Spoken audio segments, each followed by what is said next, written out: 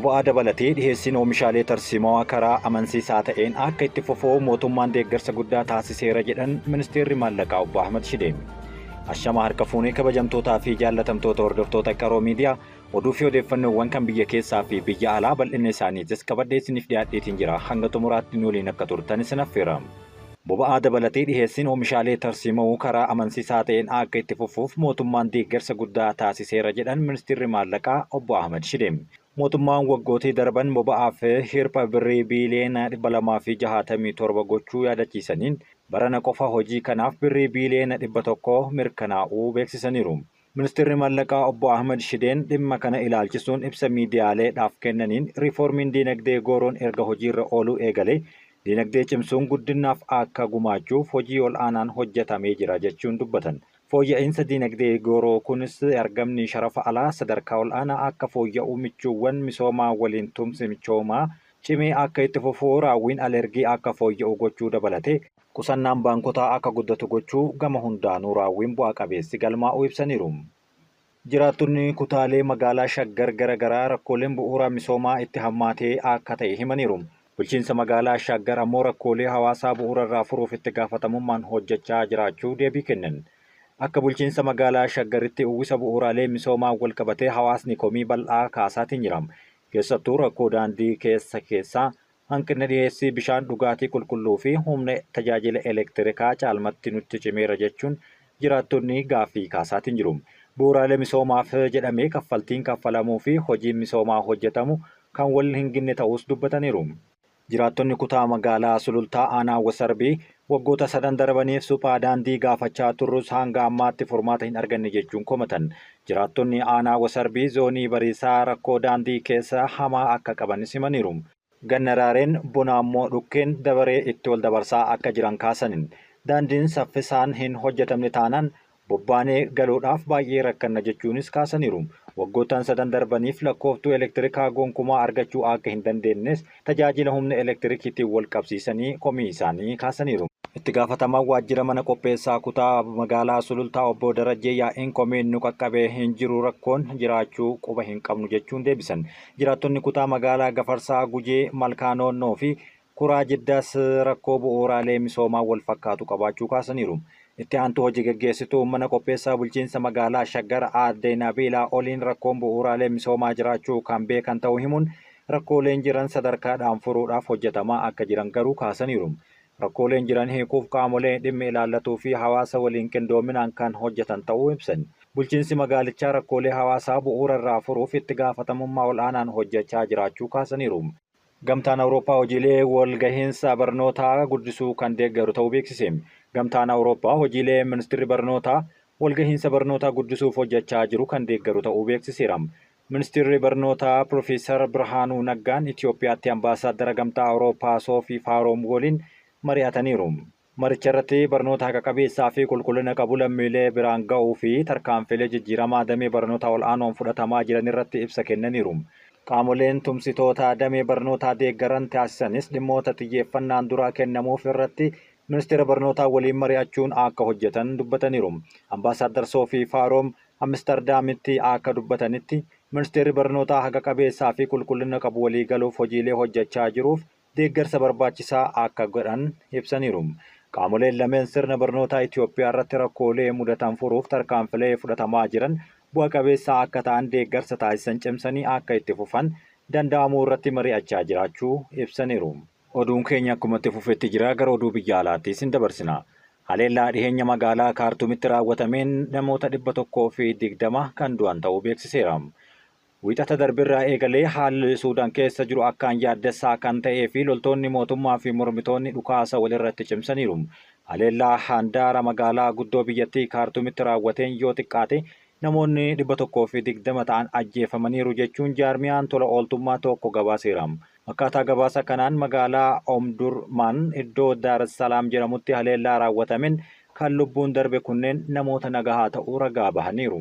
Lakkoofsi namoota du'anii kun kanuma ammaaf bira ga'ameedha malee kana caaluu akka danda'u kan ibse ammoo jaarmiyaa ittisa balaa tasaa Omboda Emergency Response Room kan jedhamudha. Lubbuu baraartonni hanqinni meeshaalee wal'aansaa jiraachuu himanii sababa kanatti ogeeyyiin fayyaa namoota haleellaa boombiin miidhaman hedduu yaaluuf qoramaa jiraachuu kaasaniiru. Ji'oota 21 kan lakkoofsise waraanni Suudaan lubbuu namoota 100,000 lakkaa'aman galaafateera. Namoota miiliyoona 12 caalan ammoo qa'ee isaanii irraa buqqisee biyyattiin beela hamaa keessatti kufuuf qarqara keessatti kan geesse ta'uu UN haala balaa namaa mudate keessaa kun isa akkaan hamaa ta'uu ibseera. Humni waraanaa biyyattii fi humni addaa RSF jedhamu kallattii egeree biyyattii irratti wal dhabuu hordofee waraanni Suudaan ji'oota 21 dura kan eegaledha. Jaarmiyaan ittisa balaa tasaa Ombaadaa Emergency Response Room jedhamu eenyu haleellaa kana akka raawwate hanga ammaatti wanti ifa ta'e hin jiru jechuun kaaseera. Tola ooltonnii fi hojjettoonni jaarmiyaa yeroo balaa tasaa sababa dhukaasa iddoo balaan kun itti mudatee deemanii adda baasuuf akka rakkatanis kaasaniiru. Kutaan Omdurmaan irra jireessi loltoota mootummaa harka kan jiru yommuu ta'u loltoonni RSF ammoo magaalaa Kaartuum to'ataniitiin jiru. Torbaanota darban loltoonni mootummaa haleellaa eegalaniin Omdurmaan deebisanii to'achuuf yaalii godhaniiru. Kanaanis bakkeewwan 3 to'achuun meeshaalee waraanaa loltoota RSF irraa booji'aniiru.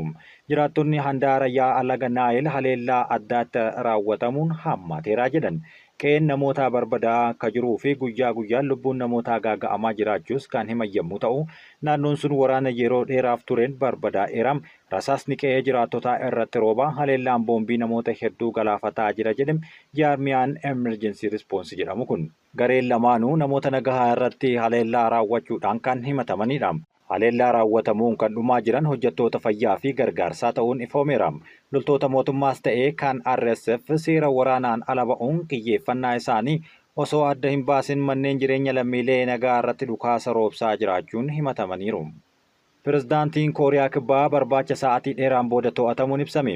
Aanga'oonni Kooriyaa Kibbaa seera waraanaan bulchuu labsuuf yaaluu hordofee fincilaan kan himatame pirezidaantii Yoon Suk Yool to'annoo jala ooleera. Yoon amma waajjira qorannoo malaammaltummaa CIO'tti argama yommuu ta'u, qorannoo seera dhabeessa kan jedhu yommuu ta'us dhangala'uu dhiigaa hin barbaachifne hambisuudhaaf qoratamuudhaaf waliigaleerra jechuun dubbateera. Seera baastonni paartii biyya bulchuu paartiin humna ummataa People Power Party kan jedhamuun to'ataman pirezidaanticha seeraan ala jechuun labsii godheera. Miseensonni paartii humna ummataa namoota nagaa har'a mana jireenyaa Yoon jalatti kan walitti qabamanii fi akka qorattoonni pirezidaantichaa hin to'anne gochaa turan keessatti kan hirmaatanidha. Hoogganaan paartichaa kan ta'an Kween Seong Dong akkaataa haalli kun itti raawwate nama gaddisiisa jechuun paarlaamaa keessatti himaniiru. Hanga Tiraamp barcuma qabatanitti Netaniyaahuun waliigaltee waraana Gaazaa dhaabuu hin mallatteessu jedhan. Waraana Gaazaa dhaabuuf mariin Kwaatar Dohaatti geggeeffamaa jiru sadarkaa dhumaarra gahaa akka jirutu ibsamee ture. Yaadota waliigaltee mariichaa irratti dhihaatan Hamaas fudhachuun deebii Israa'eltu eeggamaa jira. Warroonni maricha irratti hirmaatan akka dubbatanitti Tiraamp White House hanga seenutti Netaniyaahuun waliigaltee kana akka hin mallatteessine ibsuu dubbateera.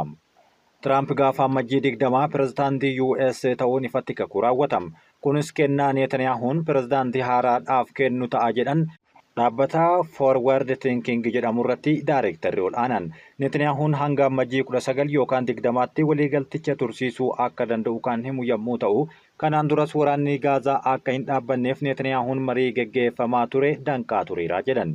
Fedhiin isaa waraanicha dheeressuu ture jechuun Baayiden dhiibbaa qabatamaa akka irratti ishee godhanii fi Tiraamp immoo gaafa aangoo qabatu fedhii Ameerikaa irraa ka'uudhaan akka ilaaluu fi dhiibbaa gochuun waliigalteen akka jiraatu akka taasisu Oliiver dubbataniiru.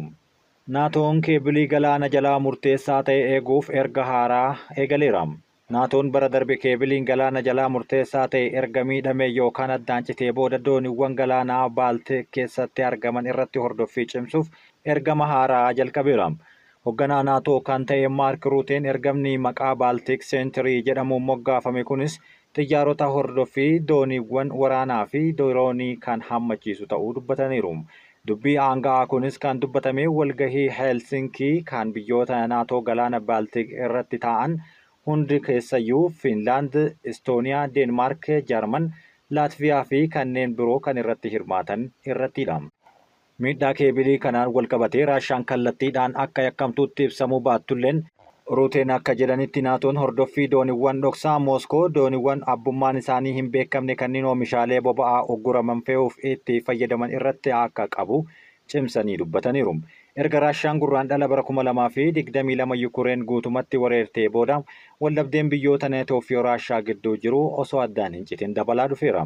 Miidhaa bu'uuraalee misoomaa irratti gochuun sababni yaaddoo guddataa jiru kan jedhan Ruuteen itti dabaluudhaanis naatoon balaa akkasii kanaaf deebii cimaa akka kennu yoo barbaachisaa ta'e dooniiwwan shakkaman baay'ee to'achuu akka danda'us dubbataniiru. Kunis yeroo hunda jijjiiramuu akka danda'u kaasuudhaan diinni kan amma duraa jiru caalaa kan amma boodaattuu hammaataadha jechuun dubbate. Haa ta'u malee baay'ina qabeenya jalqabbii Baaltik Seentirii keessatti hirmaatu irratti bal'inaan qooduu hin barbaanne jedhan. Bu'uuraaleen misoomaa galaana jalaa dhiyeessii humna ibsaa qofaaf osoo hin taane tiraafikoonni intarneetii harki 95 ol karaa keebilii galaana jalaatiin waan mirkanaa'uudhaaf jechuun itti dabaluun keebiliin kiiloomeetira miiliyoona 1.3 maayilii 800 guyyaa guyyaadhaan dabala. Faayinaansii tilmaama doolaara tiriliyeena 10tiif wabii ta'aa jiran. Maxxansa X irratti barreessaniin naatoon nageenyaa fi tasgabbii bu'uuraalee misoomaa keenya murteessoo ta'anii fi waan nuti jaallannu hunda mirkaneessuuf waan barbaachisu hunda akka hojjetan himaniiru. Ji'oota darban keessa bu'uuraalee misoomaa galaana jalaa Baaltik keessatti miidhaan osoo hin qaqqabin dabalaatiin jira jechuunis kaasaniiru. Magaalaa Washington sirna hirbuu filatamaa pirezidaantii torbaan dhufu gaggeessuuf qophii nageenya eegumsa taasisaa jirti jedhan. Dallaa yeroof ijaarame kan bifa gurraachaa qabu yoo walitti qabatee lafa irraa dalga kiiloomeetira 48 kan qondaaltota seera kabachiisan 25,000 fi buufataalee sakatta'insa nageenyaa daawwattoota 100,000 lakkaa'amaniif adeemsisuuf kan qophaa'edha jedhan. Wiixata dhufuu sirna gamoo mana maree bakka bu'oota Yuunaayitid Isteets yookaan kaapitoolii kan Yuunaayitid Isteets biratti hirbuu seenuun gara masaraa Waayit Haawusitti hiriiru kun dhuma torbee darbee irratti mormitoota Tiraampii fi paartilee akkasumas hiriira deeggarsaa Rippaabilikaan kan agarsiisu hordofee dhufama. Sirni hirbuu seenuu kun duula lubbuu Tiraamp irratti yaaliiwwan lama kan nama ajjeesuu barbaadu kan rasaasaan gurra isaa rukute dabalatee haleellaa lamaan guyyaa waggaa haaraa Ameerikaa idilee irratti raawwatame hordofee kan dhufedha jedhaniiru. Yaalii isaa tokko keessatti namni waraana Ameerikaa durii tokko konkolaataa fe'umsaa namoota ayyaana waggaa haaraa Niiw Oorliyaans keessatti kabajan irratti kanneen rukute namoonni 14 du'aniiru, kurnootaan kan lakkaa'aman ammoo madaa'uun isaanii ni yaadatama. Guyyama san loltuun waraana Ameerikaa hojii irra ture tokko hoteela maqaa Tiraamp qabu Los Vaagaasitti argamu alatti konkolaataa Teeslaa qabatee kan dhoohinsa qaqqabsiiseen of ajjeeseetiin jira. Itti gaafatamaan bakka bu'aan adda tajaajila tikaa Ameerikaa Maatii Maakool ibsa gaazexeessitootaaf wiixata darbee kennaniin haala sodaa keessaa akka baanuuf hojjechaa jirra jedhaniiru. Sirni hirbuu seenuu kun yeroo Tiraamp miseensa koongirensii kan mana murtii ol aanaa bulchiinsa isaanii haaraa dhufuu fi namoota 10,000 hedduutti lakkaa'aman ilaalaa turan waliin gamoo kaapitoolii fuullee siidaa Washington yookaan maanumeenti fuulduratti ilaalaa kan raawwatamu ta'aa jedhaniiru. Iddoo kanatti ammajjii 6 bara 2021 deeggartoonni Tiraamp 10,000 lakkaa'aman foddaa cabsanii poolisii waliin wal lolaa seera tumtoota lubbuu isaanii baraaruuf fakkeessuudhaan filannoo bara 2020 pirezidaantii paartii Dimokiraatawaa Joo Baayidaniin mo'amuu isaanii kuffisuuf itti yaalanidha. Kabajamtootaa fi jaallatamtoota hordoftoota keenya oduun ammaaf isiniif qopheessine kan hangammaatti dhageeffattanidha. Waan waliin turtaniif galatooma.